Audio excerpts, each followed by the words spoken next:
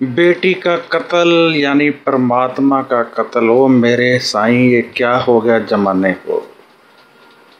मैं ब्रिजमोहन सूरी स्वागत करता हूँ आपका अपने इस चैनल में। आज मुझे बहुत दुख हुआ जब मैंने एक चित्र देखा जिसमें कि एक माँ ने, हो सकता है कुंवारी माँ ने, अपनी बेटी का कत्ल कर दिया।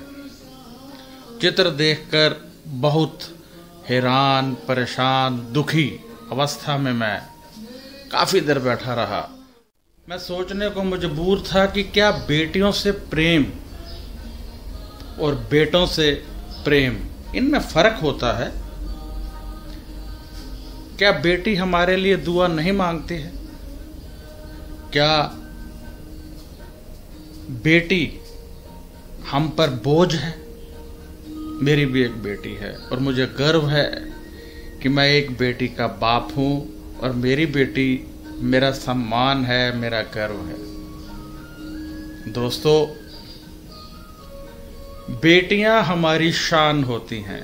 कहते हैं माँ की गोद तब तक नहीं भरती जब तक बेटा नहीं होता, और माँ की गोद तब तक पवित्र नहीं होती जब तक बेटी नहीं होती। इसका अर्थ ये हुआ कि बेटी होना बहुत जरूरी है। यदि आप बेटी के माँ बाप हैं तो आपको गर्व होना चाहिए। आखिर बेटियों को क्यों मारा जाता है? आप कभी वृद्ध आश्रम जाइए तो आप देखेंगे कि 90% लोग वहां पर वे हैं जिनके बेटियां नहीं हैं, बेटे हैं। कहने का मतलब ये हुआ कि जिनकी बेटियां नहीं होती वहीं वृद्ध आश्रम जाते हैं, वरना बेटियां संभाल लिया करती हैं। बेटे दगा दे सकते हैं, बेटियां नहीं, क्योंकि बेटियां कोसों दूर बैठकर भी आपके लिए दुआ करेंगी। मैंने एक वीडियो डाली थी कि बेटी करे उपाय तो माँ बाप हो जाए कामयाब। हजारों बेटियों के फ़ोन, हजारों बेटियों के मैसेज मुझे मिले। करीब 4 लाख के करीब मैसेज मुझे मिले जिनमें बेटियां तड़फ रही थी कि कैसे वो अपने भाई या पिता को सुख पहुंचा सके। कितना प्रेम, कितनी दुआएं बेटियां दिया करती हैं अपने भाइयों को, अपने पिता को। फेसबुक पर एक स्टेटस था कि बेटी जो मांगे उसको ले दो, बेटी जो मांगे उसको ले दो, वरना शादी के बाद कहेगी इसकी क्या ज़रूरत थी। बिल्कुल ठीक कहा। अभी कुछ ही दिन पहले कंजक पूजन के बाद मैंने अपनी बेटी को फ़ोन किया और उसको कहा कि मैं तेरे अकाउंट में 5100 रुपये कंजक के डाल रहा हूँ, मेरी तो तू कंजक है। नहीं नहीं पापा, मेरे को ज़रूरत नहीं है। और IFSC कोड नहीं दिया, जिस कारण मैं भेज नहीं पाया। जबकि वो छोटी थी तो जितनी कंजक मिलती थी सब लेके मेरे पास आ जाना। जूते भी खरीदने तो मेरे पास लेके आ जाना कि इसको लीजिए। और मैंने जब तक ऐसे नहीं करना तब तक उसने अपनी वो नई ड्रेस या कुछ भी जो लिया होता था मेरे से दूर नहीं करती थी। आज भी मैं अपनी बेटी को सल्यूट करता हूँ और दुनिया की सभी बेटियों को सल्यूट करता हूँ और दुआ करता हूँ परमात्मा से कि दुनिया की कोई बेटी कभी दुखी न रहे। परमात्मा, मेरे प्रभु, मेरे साईं, चाहे प्रत्येक बेटी का दुख मुझे दे दें, परंतु दुनिया की कोई बेटी परेशान या दुखी ना रहे। मैं अपने प्रभु से यही दुआ करना चाहता हूँ। और दोस्तों, मैं ये कहना चाहता हूँ कि आप लोग अपनी बेटियों से जितना प्रेम कर सकते हैं कीजिए, क्योंकि शायद शादी के बाद आप उस प्रेम को खुद भी तरसेंगे। बेटी जब दूर होती है तो माँ बाप के लिए दुआ करती है। बहुत सारी बेटियों को जानता हूँ जो अपने माँ बाप का बोझ उठाए हुए हैं। बोझ मतलब उनको पाल रही हैं, नौकरी करती हैं। बहुत सारी ऐसी बेटियां हैं जिन्होंने शादी नहीं की अपने माँ बाप के लिए। बहुत सारी ऐसी बेटियां हैं जो रात दिन दुआ करती हैं कि मेरे माँ बाप सुखी रहें, मेरे भाई सुखी रहें। बहुत सारी ऐसी बेटियां हैं जो व्रत रखती हैं, उपवास करती हैं, भूखी रहती हैं। तो फिर हम बेटियों का कत्ल क्यों कर रहे हैं? बेटी पैदा होती है तो रोते क्यों हैं? मेरी बेटी पैदा हुई थी तो मैंने तो लड्डू बांटे थे। उस समय में, आज से करीब 25 साल पहले, मैंने सभी नर्सिस को 500-500 रुपये दिए थे। अब आप कहोगे भी आपके पास थे, आपने दे दिए। ऐसा नहीं होता है। दिल होना चाहिए और प्रेम होना चाहिए, वरना लोग बेटियों के पैदा होने पर रोते हैं। और बहुत अभागे हैं वो लोग जो बेटी के पैदा होने पर रोते हैं, क्योंकि बेटी तो आपकी शान है, बेटी तो आपका मान है, बेटी आपका जिगर है, बेटी आपकी शक्ति है, बेटी आपकी भक्ति है, बेटी ही आपका परमात्मा है।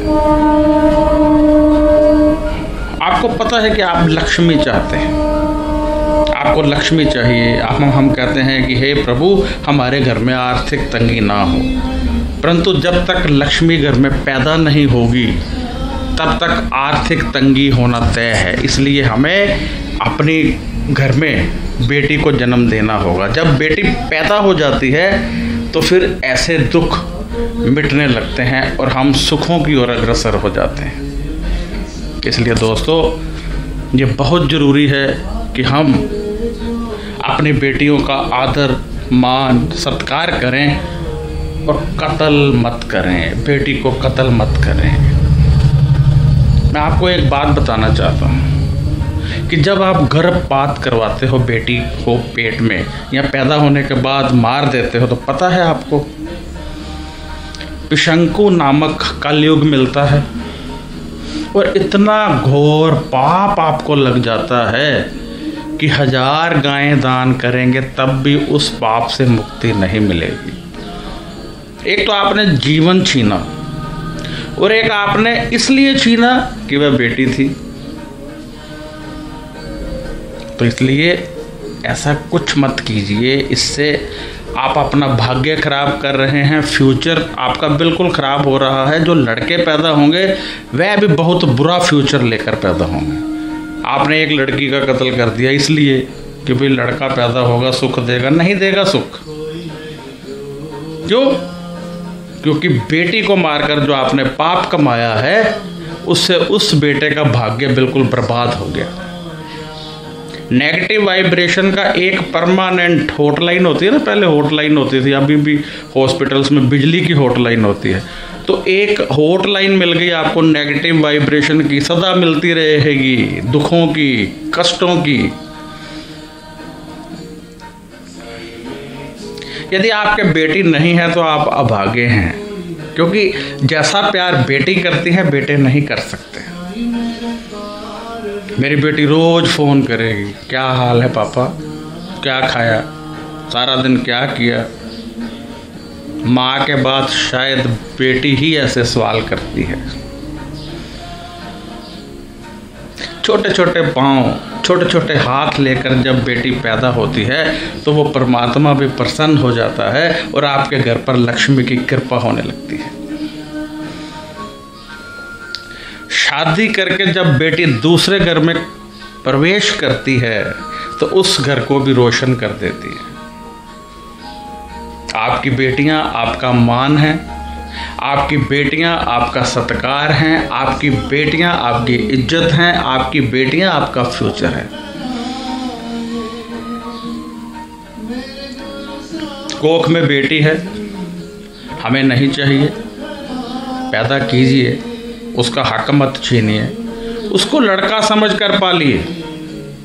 ये सोचकर पालिए कि मैंने परवरिश लड़के जैसी देनी है। पहले तो ये बता दीजिए मुझे कि क्या सभी लड़के सुख देते हैं? सभी लड़कियां सुख तो जरूर देती हैं। एक बार मेरी बेटी ने मुझसे सवाल किया कि पापा, लोग बेटी पैदा करने से डरते क्यों हैं? क्या बेटियां इतनी बुरी होती हैं? मैंने कहा नहीं बेटा, बेटियां बुरी नहीं होती हैं, उनकी जिम्मेवारी इतनी ज़्यादा है कि हम लोग उनसे भागते हैं। कि कौन इनकी देखभाल करेगा, शादी करेगा, कौन इनको संभालेगा, उससे भागकर हम उनका कत्ल करते हैं। तो वो प्रभु क्या कहते हैं, आइए इसके बारे में भी जानें। प्रभु कहते हैं कि जब तू अपनी जिम्मेवारी से भाग जाएगा, तूने बेटी पैदा नहीं की कि कौन इसको पैदा करे, इसका खर्चा कौन करेगा, इसकी शादी कौन करेगा, इसको कौन संभालेगा, लड़कों की नज़र से कौन संभालेगा। तो कहते जब तू अपनी जिम्मेवारी से भागा तो मैंने तो उसी समय अपनी जिम्मेवारी तेरे से दूर कर ली, अपनी किताब से तेरा नाम काट दिया कि तुझे तेरे भाग्य से भी बहुत कम मिलना चाहिए, कोई एक्सेस नहीं मिलना चाहिए और किसी पुण्य का फल तेरे को नहीं मिलना चाहिए। सीधी सी बात है। परमात्मा कहते हैं मेरे बंदों की सेवा कर, मैं तेरी सेवा करूंगा। कहते हैं तू मुझसे क्षमा चाहता है, मेरे बंदों को क्षमा करना सीख, मैं तुझे माफ़ी मांगने से पहले क्षमा कर दिया करूंगा। तू मुझसे पैसा चाहता है, मेरे बंदों को पैसा देना सीख, कुछ दे, मैं तुझे मांगे बगैर दूंगा। तू मेरे बंदों की रक्षा कर, मैं तेरी रक्षा खुद ब खुद करूंगा। तो जब वो हमें लक्ष्मी माँ के रूप में कन्या दे रहे हैं और हम उसका कत्ल कर रहे हैं, तो परमात्मा कहते हैं मेरा कोई वचन तेरे लिए नहीं है, तू मेरे लिए मर चुका है, तू मेरे लिए नहीं है। मेरी कोई भी अच्छी और बुरी, परमात्मा की बुरी तो होती नहीं है लेकिन हम मान लेते हैं, वाइब्रेशन तेरे लिए नहीं है, क्योंकि तूने मेरे जीव की हत्या कर दी। तूने बाप होते हुए, बाप यानी परमात्मा, तूने परमात्मा का स्वरूप होते हुए हत्या कर दी, तुझे कुछ नहीं दे सकता मैं।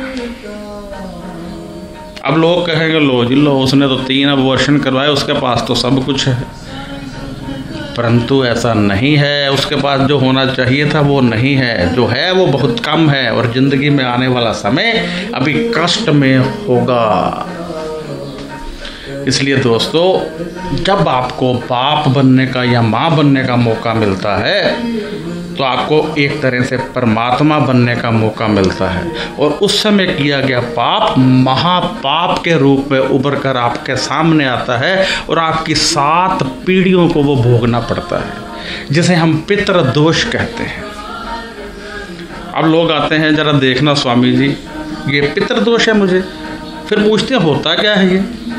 जब हमारे बड़े बुजुर्ग कोई गलती करते हैं तो हमारी आने वाली कई पीढ़ियों को वह पितृदोष सहना पड़ता है।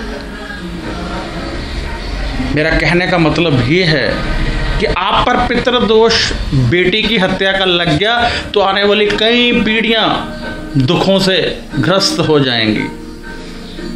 ऐसा पाप मत कीजिए, बेटी पैदा कीजिए, एक महान बेटी पैदा कीजिए, एक सदैव दुआ करने वाली बेटी पैदा कीजिए, आपका बहुत प्रेम मिलेगा, आपको बहुत सुख मिलेगा। छोटे छोटे हाथों से, नन्हे नन्हे पाँव में जब पायल बांध कर इधर उधर भागेगी तो आपके इस जगह पर एक असीम शांति, असीम सुख का अनुभव होगा। यदि आपके कोई बेटी ऐसे पैदा हो गई और आप फेंकना चाहते तो मेरे पास भेज दीजिए, मैं अनाथ आश्रम खोल रहा हूँ, मैं उसमें पालूंगा। अनाथ कहकर नहीं, अपनी बेटी कहकर पालूंगा, अपने दिल पर बिठाकर पालूंगा और इस पलकों पर बिठाकर उसको झूले दूंगा। मेरे पास जब भी किसी बेटी का फोन आता है दुखी का, तो मेरी आंखों में आंसू आ जाते हैं। मैं चाहता हूं कि इस संसार की सभी बेटियां सुखी रहें और आप लोग इस यज्ञ में मेरा साथ दें। जिस माँ की कोख में बेटी आई वो समझ ले लक्ष्मी माँ आ गई।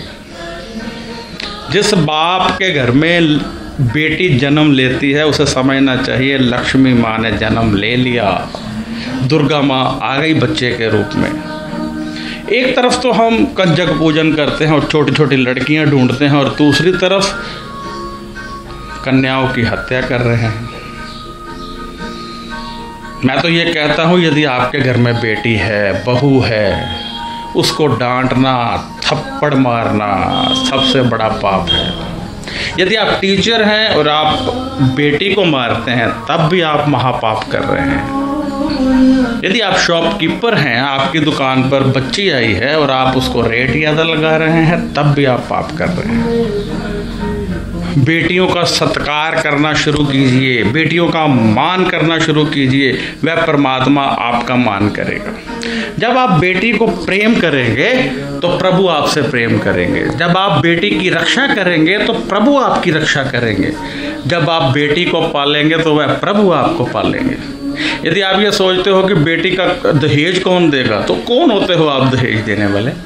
अरे भाई, एक समय का खाना नहीं खा सकते आप। यदि परमात्मा की नज़र आप पर ना हो तो एक वक्त का खाना आपको नहीं मिलेगा।